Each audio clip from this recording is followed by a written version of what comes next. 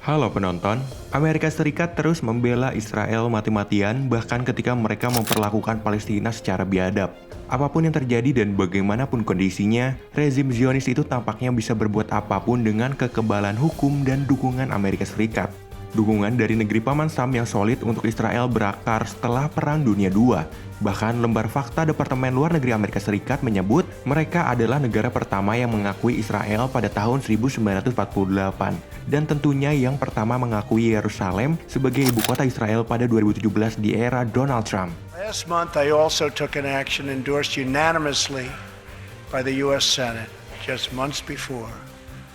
I recognized Jerusalem as the capital of Israel.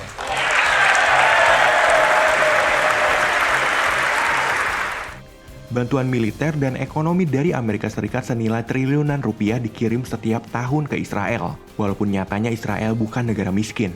Komitmen Amerika Serikat terhadap keamanan Israel didukung oleh kerjasama pertahanan yang kuat dan Memorandum of Understanding 10 tahun senilai 38 miliar US dollar atau setara dengan 543,8 triliun rupiah yang ditandatangani oleh Amerika Serikat dan Israel pada tahun 2016.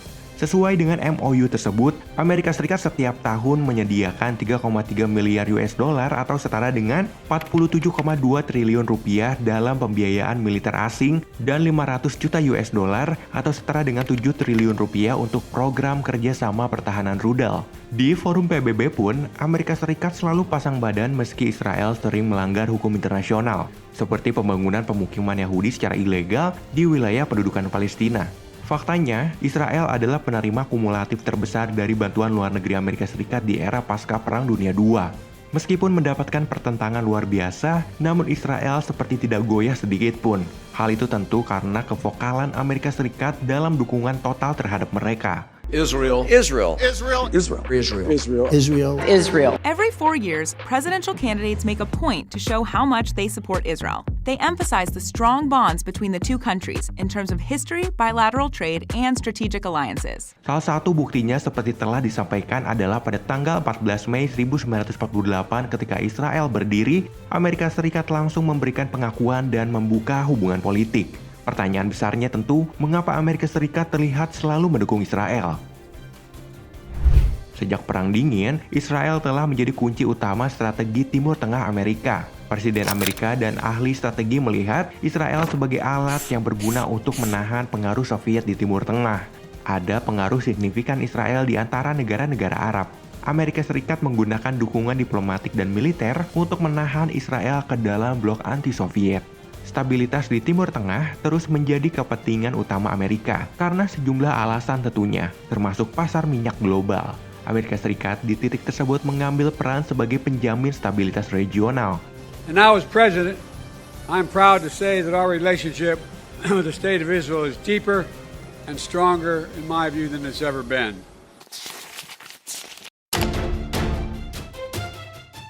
Alasan kuatnya militer Israel adalah karena beberapa faktor. Beberapa di antaranya meliputi kebijakan militer, senjata, organisasi, dan dukungan luar biasa dari Amerika Serikat. Israel juga menghabiskan banyak uang untuk meningkatkan pelatihan tentara dan senjata mereka.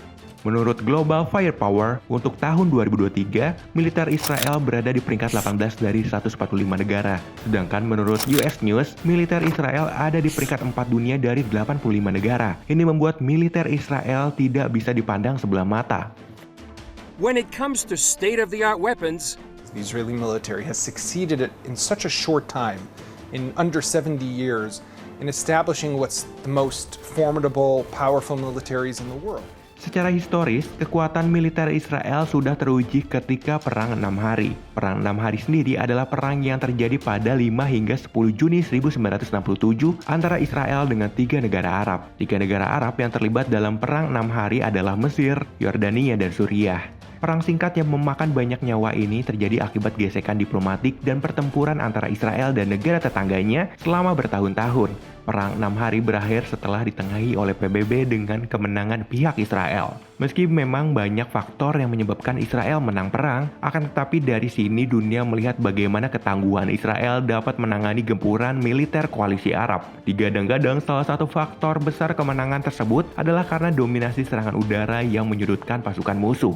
Israel does not have the world's biggest army, but it is the most effective. Think about it, we are talking about a country with less than 9 million inhabitants. All of these countries put together summed up to more than 130 million people, and they sent over 240,000 soldiers, twice as many as the Israeli army did. In other words, no one would expect a victory for Israel, but history was rather different. In just 6 days, the Israeli Defense Forces, also known as IDF, wiped out their enemies. And yes, I know what you're going to say now. The Israelis have the best technology and weaponry, right? In fact, the IDF had some combat jets manufactured in the 1950s, the famous A4 Skyhawk. And who won that war? Yeah, it was Israel. Kebijakan militer Israel juga memberikan kontribusi signifikan terhadap kekuatannya. Yang paling populer adalah wajib militer nasional untuk semua orang yang berusia di atas 18 tahun.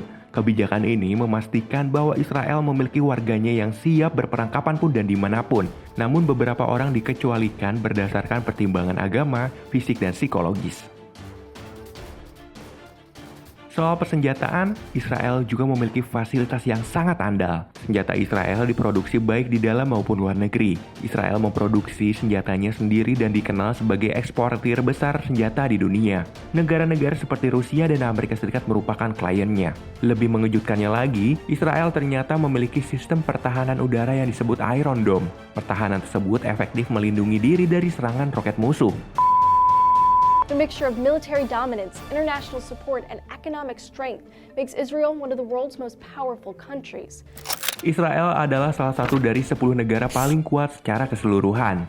Israel juga memiliki kekuatan besar dari sisi politik. Tidak main-main, Israel berada di peringkat 6 sebagai negara paling berpengaruh secara politik. Menurut laporan tahun 2022 yang diterbitkan oleh US News dan World Report, menemukan bahwa negara Yahudi itu memiliki aliansi internasional terkuat. Dilihat dari sisi lain pula, Israel mampu menempati peringkat 37 negara terbaik di dunia dari 85 negara. You are looking at one of the happiest places on Earth. The UN Sustainable Development Solutions Network does this by putting out a World Happiness Report. Finland is considered the happiest country in the world. But on the list of the world's top 10 happiest nations, there is only one Middle Eastern country, Israel.